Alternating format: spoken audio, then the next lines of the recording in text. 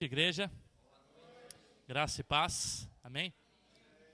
Hoje, então, oficialmente, a primeira mensagem que eu vou trazer como pastor da igreja. E eu fiquei pensando, o que eu ia falar logo de cara, qual seria a primeira mensagem que eu poderia trazer à igreja, para a gente pensar sobre igreja, sobre esse processo de transição. E para mim, talvez, algo de extrema importância é que a gente, enquanto igreja, caminhe junto. Que a gente, enquanto igreja, esteja unido no mesmo propósito e na mesma missão. Cristocidência, vamos dizer assim, cristocidência, não coincidência. Ontem, o texto que foi lido pelo Júlio, já era o texto que eu estava, durante a semana, refletindo para a gente conversar. A minha ideia é que nessa noite a gente trabalhe um pouquinho sobre igreja. Pensar na pergunta que está ali, dá para ver mais ou menos, igreja, para quê? Para que existe a igreja? Qual que é o propósito da igreja? Então a minha ideia é que nesses próximos 4 domingos, no mês de março, a gente pense sobre a direção da igreja, pensar sobre qual é o motivo da existência da igreja, qual é o propósito, qual é a finalidade, por que a gente foi chamado por Deus, para que a gente foi chamado por Deus. E eu penso que isso é de extrema importância, porque não se pode que a igreja vá numa direção, o pastor vá em outra, ou que a igreja desconheça qual é a direção que se deve andar junto, ou o pastor quer ir na contramão do que a igreja quer. Então, eu acredito que um bom começo deve ser justamente se pensando sobre qual que é o propósito nosso, aonde que a gente quer chegar enquanto igreja, aonde a gente quer chegar como comunidade de fé. E nesse sentido, eu proponho a gente iniciar junto essa caminhada de reflexão sobre a igreja, pensando então nesse propósito. Por que somos igreja? Para que existimos? Para que a igreja de Tancredo Neves, a segunda igreja batista aqui no bairro de Tancredo Neves existe? O que a igreja ela quer fazer aqui no bairro de Tancredo Neves? Aonde que ela quer chegar? Quem ela quer alcançar? Qual é o propósito dela? Quem não tem direção acaba atirando para tudo que é lugar e às vezes não chegando em muitos lugares. Se a gente tem uma direção, a gente consegue ser mais assertivo naquilo que a gente faz. Então essas são apenas algumas considerações que a gente vai estar pensando sobre a igreja, nessas próximas 4 semanas. E a primeira tese que eu gostaria de pensar, ou a primeira proposta minha sobre qual é o objetivo da igreja, é justamente pensar que a igreja existe para ter comunhão. Um dos propósitos da igreja é que o corpo de Cristo tenha comunhão. A gente vai falar de outros propósitos, Esse é o principal? Não. Mas é um dos propósitos que eu entendo para que a igreja existe. A igreja existe para se ter comunhão. E eu gostaria de começar essa nossa reflexão lendo 2 textos. O primeiro se encontra em Atos, capítulo 2, que foi lido ontem, verso 42 a 47. E o segundo texto, Atos, logo depois, 4, versículo 32 e 33. Atos 2, 42 a 47 é o primeiro texto que a gente vai ler.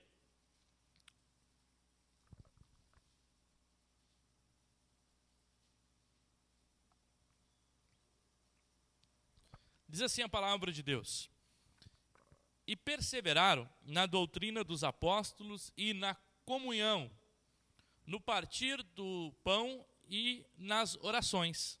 Em cada alma havia temor, e muitos prodígios eram feitos por meio dos apóstolos. Todos os que criam estavam juntos e tinham tudo em comum. Vendiam as suas propriedades e bens, distribuíam o produto entre todos à medida que alguém tinha necessidade. Diariamente perseveravam unânimes no templo, partiam o pão de casa em casa e tomavam refeições com alegria e singeleza de coração, louvando a Deus e contando com a simpatia de todo o povo. Enquanto isso, o Senhor lhes acrescentava dia a dia aqueles que iam sendo salvos. Um pouquinho para frente, Atos 4, versículo 32 e 33, diz assim: da multidão dos que creram, era um o coração e a alma. Ninguém considerava exclusivamente sua nenhuma das coisas que possuía. Tudo, porém, lhes era comum.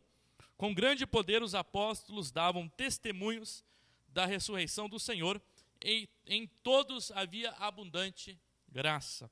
Palavra de Deus. Vamos orar nesse momento. Pai, obrigado pela tua palavra, já revelada, já inspirada. Pedimos que o Senhor ilumine os nossos corações, que o teu Espírito venha falar aos nossos corações e nos revelar e nos falar como igreja qual é o nosso propósito, para que nós estamos aqui. Que o nosso coração pulse, Jesus, por fazer a tua missão e por cumprir a tua missão. Em nome do Senhor Jesus Cristo. Amém. O texto de Atos, capítulo 4, versículo 32, versículo 42, 2:42, começa dizendo justamente que eles perseveravam na comunhão, né? E a gente vai conversar um pouquinho sobre essa palavra, comunhão, né? Que a gente pode muitas vezes entender apenas como essa união entre as pessoas da igreja, né? Como diz lá o salmista: ó, quão bom e quão suave é que os irmãos vivam em comunhão, como se fosse esse ajuntamento apenas. Mas eu gostaria de pensar o quanto essa palavra transcende, ela vai além desse significado de apenas estar juntos, né? E o termo aqui utilizado é a palavra koinonia, né? E essa palavra koinonia, ela vai ter diversos significados dentro da Bíblia, e é sobre isso que eu gostaria de conversar, pensar aqui pelo menos 3 diferentes significados ou significâncias desse termo koinonia, né? Sobre comunhão, perseveravam na comunhão. O que é essa comunhão? A palavra koinonia, ela acontece pelo menos 28 vezes no Antigo Testamento, e 14 dessas é traduzida como comunhão, mas não é a única possibilidade de tradução. Então, a koinonia cristã, como a gente fala, a comunhão cristã, quando eu falo koinonia, está sendo um pouquinho mais amplo do que apenas comunhão. Ela inclui uma estreita associação envolvendo interesses mútuos de compartilhamento, ou seja, uma comunhão, um companheirismo. Esse é o primeiro significado dessa palavra, né? Um estreitamento entre pessoas, um compartilhamento de uma mesma ideia, de uma associação, de uma comunhão. Além disso, a palavra koinonia, ela também pode significar uma atitude de boa vontade para se ter uma relação próxima a outra pessoa, né? Então, ela não é apenas o estado de comunhão, mas também uma atitude em prol, em direção a outra pessoa, de interesse, de altruísmo, de companheirismo, de generosidade em direção a essa outra pessoa.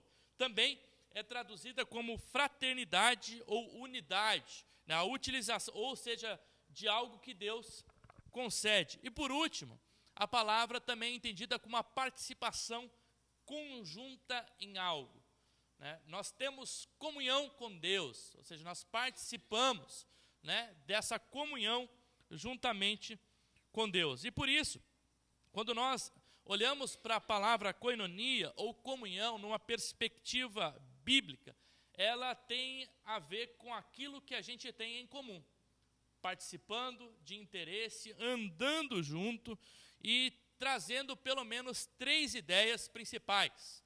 A primeira, de participação, uma igreja que participa juntos no mesmo propósito, numa mesma direção, anda para o mesmo caminho.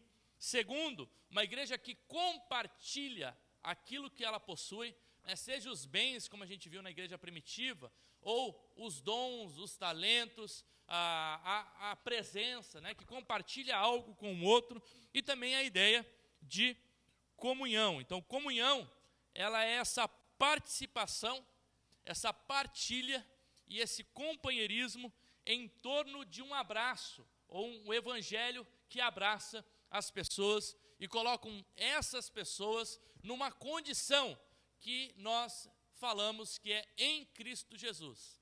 Nós temos comunhão em Cristo Jesus. Toda comunhão existe não fora de Cristo, né, ou como uma instituição qualquer, mas a nossa comunhão, ela existe primeiro em Cristo Jesus.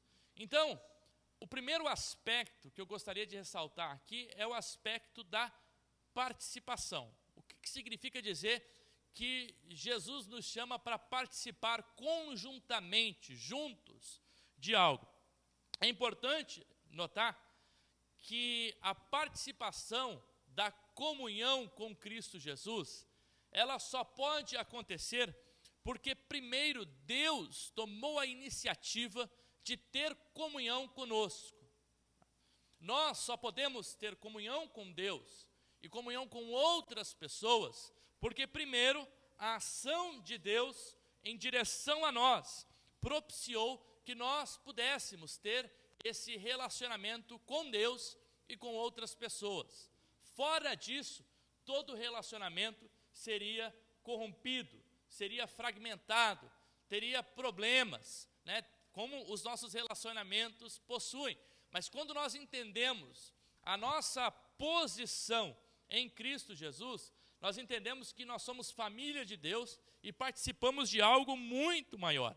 Os discípulos, então, e aqueles da igreja primitiva, perseveravam na comunhão. É interessante o verbo perseverar junto com comunhão, como se comunhão não fosse algo tão fácil.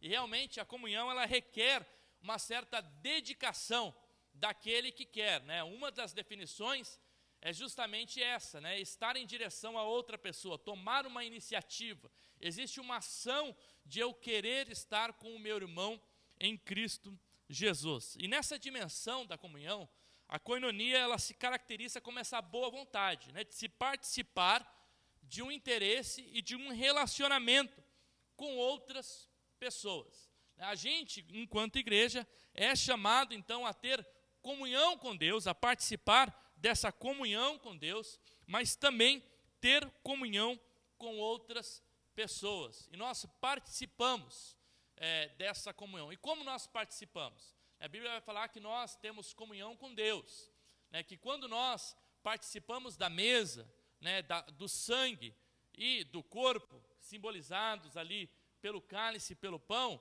nós também participamos da comunhão com Deus e com outros irmãos. Então a participação, ela tem a ver com esse estado comum em que todas as pessoas participam dessa comunhão com Deus e participam dessa comunhão uns com os outros. Assim como todos participam da comunhão e daquilo que Cristo oferece à sua igreja. A comunhão com Cristo significa participar, enquanto igreja, das mesmas coisas. E o que a igreja participa com Cristo? Todos participamos, de acordo com o apóstolo Paulo, do viver de Cristo, do sofrer de Cristo, do morrer de Cristo, do herdar o reino com Cristo, né? Todas essas dimensões fazem parte do nosso participar como igreja dessa dimensão, né, da koinonia. Enquanto igreja, nós participamos, nós temos comunhão com Deus. Né? Você tem comunhão com Deus, você deve ter comunhão com seu irmão. E essas dimensões, elas nos ajudam a entender que a comunidade de Cristo, ela não é uma comunidade de pessoas isoladas uma das outras, mas é uma comunidade entrelaçada. Sabe, como uma costura, que os laços estão ali um com os outros. E nesse entrelaçamento, nessa comunhão que a igreja possui, ela caminha conjuntamente. Ela participa conjuntamente dos mesmos sentimentos. Como diz lá em Filipenses 2, né? Eu oro que vocês tenham o mesmo sentimento que Cristo Jesus. Ou seja, essa igreja participa de um mesmo sentimento, de uma mesma ideia, né? Além disso, esse participar, ele também, de certa forma, ele coaduna, né? Ele resulta numa igreja que é parceira uma da outra. Várias vezes, então, a palavra comunhão, ela vem dar essa ideia de parceria, de andar junto, de participar junto. Por exemplo, Filipenses 1,5, Paulo diz assim: dou graças a Deus pela maneira que vocês têm participado. E aqui a palavra é o verbo koinonia. Da forma com que vocês têm participado na proclamação do Evangelho. Ou seja, a igreja conjuntamente proclamando o Evangelho. Filemão, versículo 6 diz: oro para que a comunhão da vossa fé se torne eficaz no pleno conhecimento de todo o bem que há entre vós.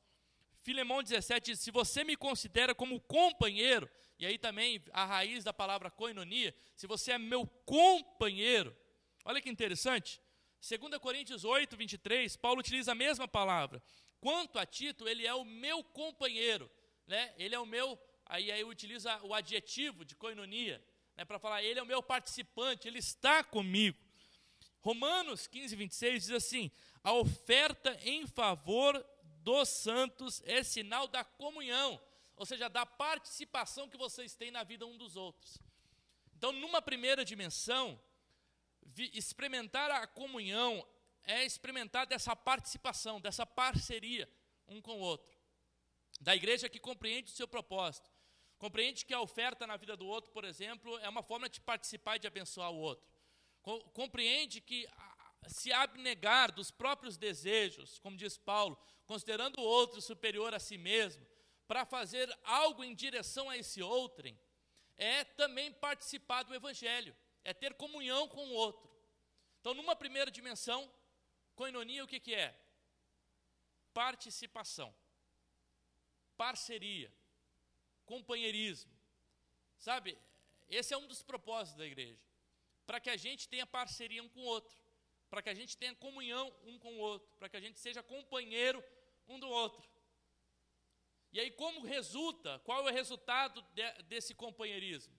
O resultado é que a gente participa da vida do outro, participa do sofrimento, quando o outro está em sofrimento, participa das alegrias, quando o outro está em alegria, participa escutando quando o outro está em problema, participa ofertando quando o outro está em necessidade. Então, essa é uma primeira forma da koinonia cristã, da comunhão. É ativamente buscar essa parceria, buscar essa participação na vida do outro. Segundo, e também com relação a isso, a koinonia, ela resulta numa mutualidade e numa reciprocidade entre os irmãos. O que é mutualidade e reciprocidade? É essa ação que não é só numa direção, né? A parceria às vezes é uma direção só. O outro tem uma necessidade, eu participo desse sofrimento ajudando o outro. A mutualidade ou a reciprocidade tem a ver com essa ação bilateral. Ela vem dos dois lados, né? Eu participo da vida do outro e ele participa da minha vida, né? Então, estar em koinonia, estar em comunhão, é também promover essa mutualidade e essa reciprocidade. É isso que acontece nessa igreja que nós lemos. Ali há o partir do pão. Ali é uma preocupação diária no sofrimento do outro. A comunhão não estava restrita ao templo, ou o que acontecia no templo, mas ela tinha a ver com essa reciprocidade e o cuidado, a partilha, né? Essa é uma palavra que tem a ver com o Evangelho, tem a ver com ser cristão. Se muitas vezes a palavra lá fora é ajuntem, enriqueçam, garimpem mais, o Evangelho, ele vem da conjectura do partilhar. É aquele que tem dois e que distribui um. O partilhar é o verbo do Evangelho. E quando eu partilho, eu participo e tenho mutualidade, crio um relacionamento sólido, né? Isso que é solidariedade, criar relacionamentos sólidos uns com os outros.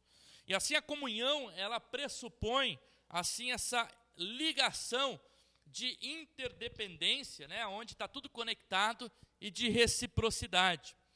Então, os mandamentos ou as prescrições da comunhão, elas estão em toda a Escritura. Quais são algumas formas da gente ver essa reciprocidade por meio da comunhão? É só a gente observar as referências que acontecem na Bíblia, no plural da segunda pessoa e nas relações mútuas. Amem uns aos outros, perdoem uns aos outros, orem uns pelos outros. Né? Então a gente vê constantemente esse imperativo no reflexivo, um imperativo que manda essa reciprocidade, que manda esse ordenamento de ambos os lados. Orem uns pelos outros, amem uns aos outros, animem uns aos outros. Alguns textos que nos ajudam a compreender a comunhão a partir dessa ideia de reciprocidade. Romanos 1,12 diz assim: e isto é para que nos consolemos uns aos outros, por meio da fé mútua, a de você e a minha. Romanos 12,10 diz: amem uns aos outros com amor fraternal. Romanos 14,13, portanto, deixem de julgar uns aos outros. Romanos 15,7, acolham uns aos outros. Gálatas 5,15, mas se vocês ficam mordendo e devorando uns aos outros, tenham cuidado para que vocês não sejam mutuamente destruídos. Ou seja, a falta de comunhão traz destruição para a igreja. Efésios 4:2, com toda humildade, mansidão e longanimidade, suportem uns aos outros. Né? E assim a gente tem vários textos bíblicos. Né? Por fim, aqui Tiago 5,16, que diz: portanto, confessem os seus pecados e orem o quê? Uns pelos outros. Ou seja, experimentar a koinonia cristã não é apenas participar, mas ter essa mutualidade, essa reciprocidade, né, de se importar com o outro, de orar pelo outro, de consolar um ao outro, de animar um ao outro, de não julgar um ao outro. Ou seja, um relacionamento, existe um relacionamento real, né, não apenas de igreja, mas de família, como corpo de Cristo. E por fim, a koinonia, ela também resulta numa unidade da igreja. A comunhão é a realidade, como a gente diz, da união daqueles que estão em Cristo Jesus. A comunhão cristã, ela se distingue de qualquer outro sistema humanitário, né? Porque ela coloca Cristo no centro. Diferente do comunismo, do socialismo e de tantos outros sistemas, que até procuram, às vezes, essa partilha, mas elas colocam um homem no centro. Né? O cristianismo coloca Cristo no centro. A nossa comunhão, ela está fundamentada em uma pessoa, em Cristo Jesus. E ela está fundada em Cristo Jesus porque ela parte de uma ação do próprio Deus, da comunhão da própria Trindade. Lá em Gênesis 1,26, né, esse é o ordenamento de Deus: façamos o homem à nossa imagem e à nossa semelhança. O próprio plano da criação, ele revela a necessidade da comunhão uns com os outros. Diz que Deus cria todas as coisas em pares, os animais em pares, mas cria o homem sozinho. E aí quando cria esse homem sozinho, por mais que esse homem ele é feito à imagem de Deus, ainda falta algo. E o que falta? A mulher, a companheira, a comunhão. Ou seja, a comunhão, ela é algo essencial da vida do ser humano. A gente nasceu para ter comunhão uns com os outros. E várias metáforas bíblicas, elas nos aludem a entender a igreja a partir dessa ideia da unidade. Por exemplo, a igreja é chamada de família de Deus. A família a gente não escolhe, a família a gente tem. Essa aqui é a sua família. Quem está do seu lado aí é a sua família. Nós somos família de Deus. Nós somos povo de Deus. Nós somos corpo de Cristo. Olha quantas imagens. Quando Paulo fala com a igreja, dificilmente ele usa o singular. É muito difícil Paulo dar um imperativo que é para uma pessoa específica. Normalmente ele diz: vocês, Ou eu escrevo para a igreja em tal lugar. Ele está escrevendo para várias pessoas, para uma comunidade, né, que experimenta junto essa relação de unidade. Os textos que nós lemos, tanto em Atos 2 quanto 4, revela isso, que todos criam juntos, todos estavam juntos, todos tinham tudo em comum. Neles havia um coração e uma alma. Isso nada mais é do que a ideia da comunhão a partir da unidade. A gente, enquanto igreja, é uma igreja que é chamada para a unidade, como edifício, como corpo de Deus. E nesse contexto da igreja primitiva, Deus promove a união e a reconciliação. Essa é a mensagem de Paulo. Paulo, quando escreve, por exemplo, aos Efésios, ele diz assim: eu estou escrevendo para vocês, igreja de Éfeso, para que vocês entendam que agora não há mais judeus e gentios. Sabe, esse muro da inimizade que existia entre vocês, agora foi rompido. E agora todos são família de Deus.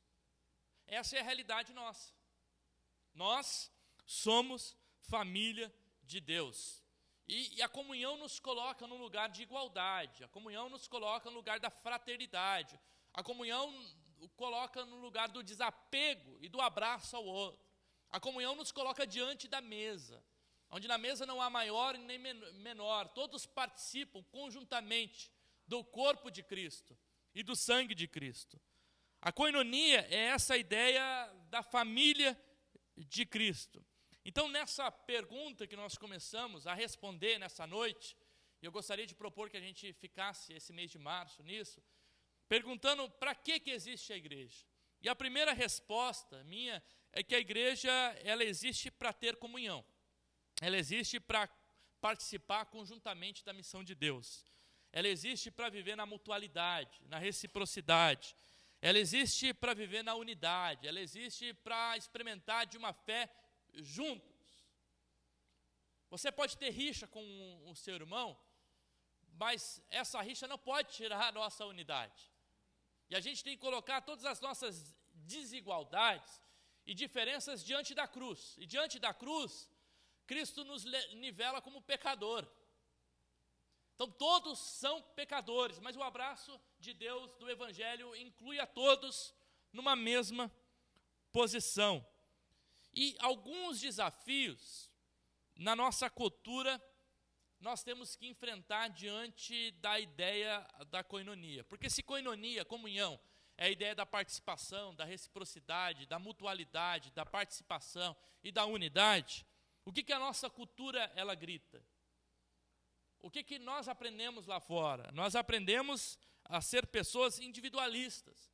Nós aprendemos a ser pessoas que se preocupam com a própria necessidade, com aquilo, com o próprio umbigo, com aquilo que tem a ver com a minha vida. Cada um cuida da sua vida, não é isso que a gente diz? Eu cuido da minha vida, você cuida da sua. Nós aprendemos por meio da virtualização aí dos relacionamentos, que às vezes a gente tem uma página e uma rede social com 5.000 amigos, ou conhecidos ali, mas a gente pode contar talvez com 1 ou com 2. Ou seja, há uma fragilização dos relacionamentos. Quantos amigos verdadeiros você tem? Quantos irmãos e irmãs verdadeiras você tem? Ou seja, a ideia da koinonia, ela denuncia primeiro o enaltecimento do indivíduo, do eu, para proclamar o quê? Para pregar o quê? Pregar que a igreja, ela é coletiva, ela é comunidade, ela é povo de Deus, ela é igreja. Não é indivíduo. Claro que somos igreja enquanto indivíduo, mas nenhum membro funciona sozinho. Ele precisa estar num corpo. O corpo, ele funciona porque ele é corpo de Cristo. Ou seja, a primeira denúncia que nós fazemos é qualquer tipo de fé individualista. Qualquer tipo de fé que só se preocupa com o próprio umbigo. Qualquer tipo de fé que só se preocupa com consigo mesmo e que esquece do outro. Enquanto igreja, somos chamados a dizer: eu me alegro de estar na casa de Deus, porque é na casa de Deus em que eu experimento da minha fé um com o outro. Enquanto igreja, denunciamos aqueles que vivem também somente para as próprias necessidades, mas que devemos viver para a necessidade uns dos outros, na mutualidade e na reciprocidade da fé. E denunciamos qualquer tipo de fragilidade dos relacionamentos, entendendo que o Evangelho nos chama para ter relacionamentos sólidos, firmes, profundos, relacionamentos realmente de interdependência uns com os outros. E claro que quem constrói relacionamentos sólidos está passível também a ter mais sofrimento, a sofrer mais, a experimentar muito mais, muitas vezes, de descaso, a se machucar num relacionamento. Mas a igreja, ela é chamada para ser igreja. Ela é chamada para superar isso em Cristo Jesus. Porque mesmo que nós experimentamos toda essa machucadura, todo esse sofrimento, nós entendemos que nós machucamos uns aos outros, porque nós somos carnais, muitas vezes. Porque o pecado habita em nós. Mas que essa realidade, ela não nos define. O que nos define é a realidade de sermos família, de sermos corpo, de sermos igreja. Assim, o Evangelho, ou a koinonia, nos chama para resgatar o senso de pertencimento, o senso de coletividade, o senso de mutualidade, o senso de ser família de Deus. Somos comunidade que é convidada a participar da mesa, a participar da comunhão. E nessa noite, duplamente, nós participamos da comunhão também por meio da ceia. Então essa palavra não é apenas uma palavra de comunhão da koinonia, mas da própria ceia que nos convida também a termos essa comunhão. Então eu gostaria que nessa noite, quando nós cearmos, nós possamos pensar sobre isso. O que é o corpo de Cristo? O que Paulo está denunciando lá em 1 Coríntios 11? É justamente isso, porque ao participarem do corpo, eles não são família. Um vai na frente do outro, um deixa o outro sem alimento.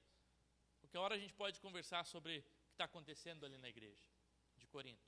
Mas é justamente isso que falta, é mutualidade, é companheirismo, é comunhão entre a igreja. E Paulo denuncia, quando vocês fazem isso para a própria condenação. E por isso, quando nós somos convidados ao corpo, a participar do corpo, nós somos convidados a essa reflexão, a pensar que a fé tem a ver com isso, com sermos família de Deus. Amém? Nesse momento, eu gostaria de convidar, né, a gente a participar, então, da ceia do Senhor, justamente com isso na nossa mente. Quando nós participamos da ceia, será que, enquanto igreja, que tipo de visão nós temos de ser igreja? Sabe, a gente precisa, aquelas perguntas que a gente fez no começo, né? O que a gente quer fazer aqui para o bairro de Tancredo Neves? Para que é essa igreja? E a gente precisa andar em comunhão, andar junto.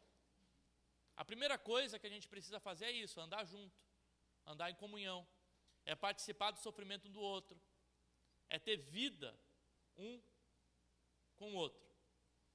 E eu gostaria de convidar, então, a gente a participar dessa ceia nessa noite pensando nisso, né? Nos nossos